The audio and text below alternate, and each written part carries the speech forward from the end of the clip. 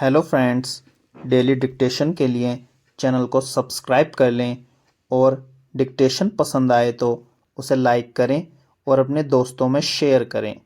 यह dictation 5 second बाद शुरू होगी।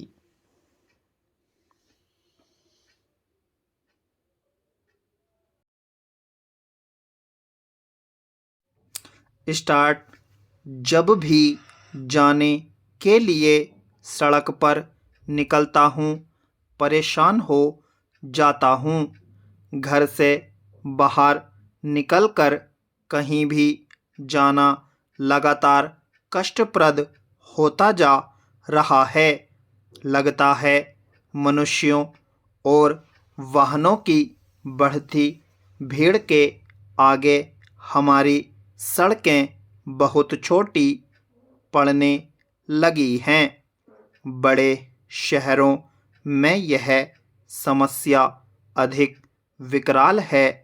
छोटे कस्बों और गांवों में अभी स्थिति इतनी विकट तो नहीं हुई है, लेकिन उनका हाल भी यही होने वाला है।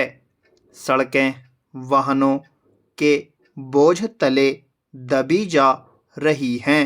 वाहन न केवल संख्या में, आकार में भी बड़े होते जा रहे हैं।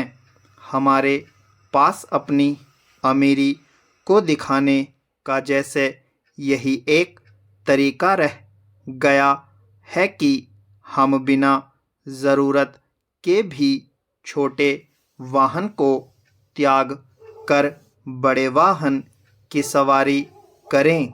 साइकिल से दोपहिया और दोपहिया से चार पहिया तक आने में जितना समय लगा, उससे बहुत कम समय मारुति 800 और नैनो जैसी छोटी कारों से सेडान और एसयूवी तक आने में लगा है।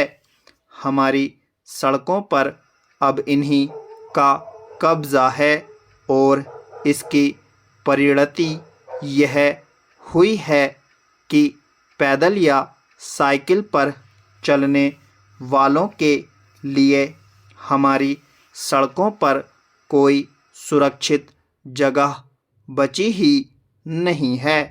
मैं तो यह सोच कर चिंतित होता हूँ कि अगर यही गति रही तो 5 साल बाद हालात कैसे होंगे।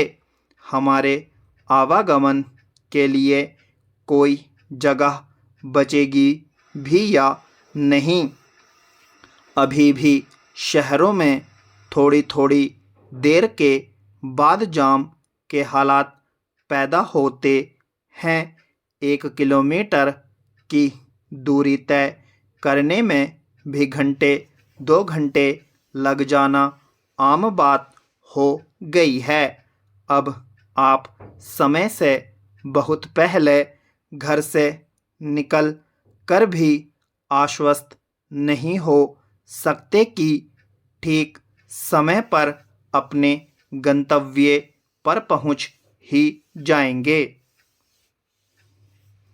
संकट यही नहीं है, आपको जहां जाना है वहां पहुंचकर आपका दूसरा संघर्ष शुरू हो जाता है। आप पार्किंग ढूंढने लगते हैं और वहां मिलती नहीं है। दफ्तरों, बैंकों और ऐसी तमाम जगहों के आसपास जहां ज़्यादा लोगों की आवाजाही होती है, हालात बहुत ही विकट होते हैं।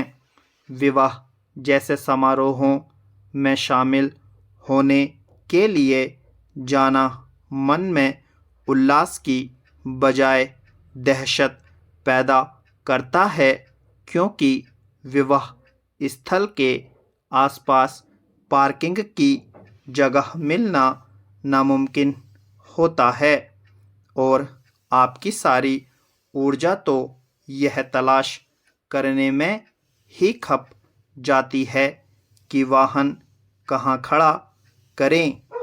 इससे भी बड़ा संकट तब पैदा होता है जब आप समारोह में उपस्थित होकर लौटने को होते हैं और पाते हैं कि आपके वाहन के आगे किसी ने अपना वाहन इस कुशलता से लगा दिया है कि आप बाहर निकल ही नहीं सकते। कुढ़ते रहे मन में, लेकिन मुक्ति की कोई राह नहीं होती है। वैसे दोष ऐसा करने वाले का भी ज़्यादा नहीं होता है, वह भी तो बेचारा उसी संकट का मारा होता है जिससे आप कुछ देर पहले गुजरे थे। उसे जहाँ जगह मिली उसने अपना वाहन फंसा दिया। शहरों में पार्किंग के साथ एक और संकट जुड़ा रहता है। आपको यह पता ही नहीं चलता कि कहाँ पार्किंग करना अनुमत है और कहाँ निषिद्ध है। आमतौर पर तो इस आशय की कोई स्पष्ट सूचना अंकित नहीं होती है, और अगर होती है तो आप लंबे समय तक उसकी अनदेखी को देखकर यह मान बैठते हैं कि अब सूचना पुरानी और निष्प्रभावी हो चुकी होगी। तभी अचानक सरकारी अमले की नींद टूटती है और वह आपका वाहन उठा ले जाता है। जयपुर में उच्च न्यायालय सचिवालय कलेक्ट्रेट के पास लगी वाहनों की भीड़ देखकर कभी यह एहसास होता ही नहीं है कि यहाँ पार्किंग निषिद्ध है। सवाल यह भी है कि क्या किसी को यह बात समझ में नहीं आती है कि इन जगहों पर आने वाले सैकड़ों हजारों लोग अपने वाहन पार्क करेंगे कहाँ? क्या सरकारी तंत्र का काम केवल वसूली करना और आमजन को परेशान करना है? उसे राहत देने की बात सोचने का जिम्मा किसी और का है।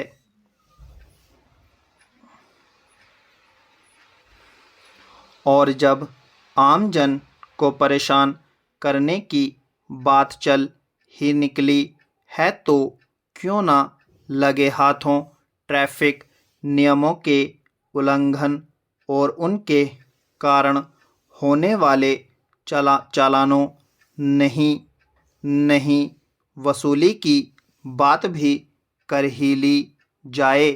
बेशक सड़क पर चलने के कायदे हैं और उनका सबको पालन करना चाहिए। इस पालना में ज़रा सी भी कोताही जानलेवा बन सकती है, लेकिन देखने की बात यह है कि क्या हालात ऐसे हैं कि आप नियमों का ठीक से पालन कर सकें। सड़कों पर यातायात को नियंत्रित करने के लिए जो बत्तियां लगी हैं, स्टॉप।